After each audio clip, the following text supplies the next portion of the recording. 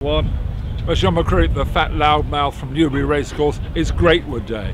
A huge day for the Greatwood rehabilitation of racehorses for their charity. Helen Yeadon and her husband Michael have been running it for 22 years now, isn't it, Helen? Yes. It's a huge day for Greatwood, and it means so much to you. It's a major fundraising day for us, and we're very fortunate in as much that the racing industry over the 22 years have absolutely embraced our work and what we do. So it's very special, and it's our largest fundraising event of the year. So we have approximately 280 people all dining today. We've got a fantastic silent auction, which I think 50% of the lots were actually procured by the booby. I think she's probably tormented your life a little bit, hasn't she? But she's an amazing woman, and you both have been terrific patrons. No, forget that. That'll be cut. Whoever's editing this, cut that bit. No, it should be, because you were the people that actually championed us right from the very beginning in 2002. No, we have to say also the number of sponsors. We can't mention them individually because there's so many. Yeah. But the sponsors, not only just of the races, but of the lots that are going to be sold. I think so many people have helped and contributed to Greatwood. Yes, they have.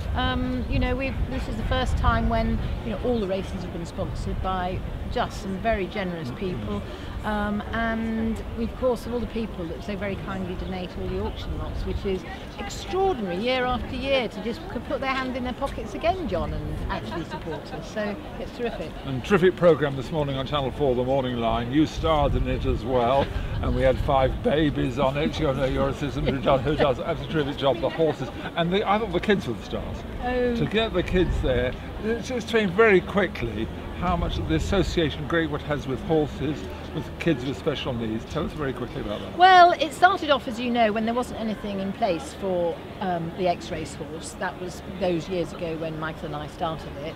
And as time has developed in 2006, we then introduced the children and educational programmes.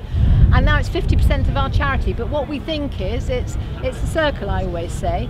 So these old soldiers that can't be rehomed and they can stay with us, they should have a job. So it's a circle going round. So the horses help the children that help the horses. So it is 50-50 now as to how we do it. I'm seeing the old veterans like Dino's, Beano, Potentate, all these old warriors. It sort of brings back so many memories, but they're being really cared for and horses are being looked after. We talk about racing and it's self-help. And Greatwood epitomises self-help. We're not going to the government, we're not going to the taxpayer, doing it ourselves, racing itself, and of course you and Michael do organise the whole thing, but we should really look after our warriors. If we don't, who will? I agree with you completely, and racing industry, as I say, have actually looked after us, and they're also recognising the fact now that in fact I don't think you should discard just the horses, i.e. the potentates, the Dinos, Beano, because they can't be rehomed as riding horses. We should always embrace the fact that they could actually do another job, which is actually of benefit, of public benefit to children and young people. But they were inspirational. I know it's a word that you overuse, but they really were. You saw the joy in their faces. They were doing something different with horses, and of course it benefits racing in the long time. They get to know about racing and maybe say, oh, I'll try that and go racing and get involved in the game, whatever it is. So it has a beneficial effect far beyond just looking after the horses. Yeah, and I think it's sort of almost grassroots, isn't it, really? Because in fact we take our students in from 6 years old, as old as 24, when maybe we could get them into NRC or something like that. But in fact you're introducing them to racing all the way through. So that maybe that's their career path, that they go into racing, and we've had that happen. So it just gives, and also their parents, if you think about it, and their teachers, they all begin to know about racing. So it's got a very wide. I mean, what have we looked after now? Over 5,000-6,000 children and young people. How many horses do you have now at Greatwood? We have 43. So I whizzed round this morning and did breakfast, Meals on Wheels as I call it, before I started this morning. But they seem well fed, just looking at them on the morning houses, line. Aren't they certainly look well fed. Politically, what sort of problems have you got now? Looking ahead for your funding, obviously, is the crucial thing. What is being done differently? What's been done better? Or some people not really contributing and helping? I think that the problem possibly that we have is it's the numbers. So you've always got to demonstrate numbers.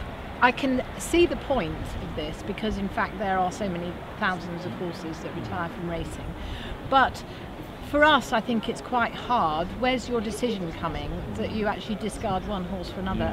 It's a hard one, I think, politically. But if you're sitting looking at a desk and you're saying, well, you know, there were 60, 70 racehorses at Greatwood in the summer, and there are now 43. What's their ratio of rehoming? It used to be 100%, 90%. It's now about 10%.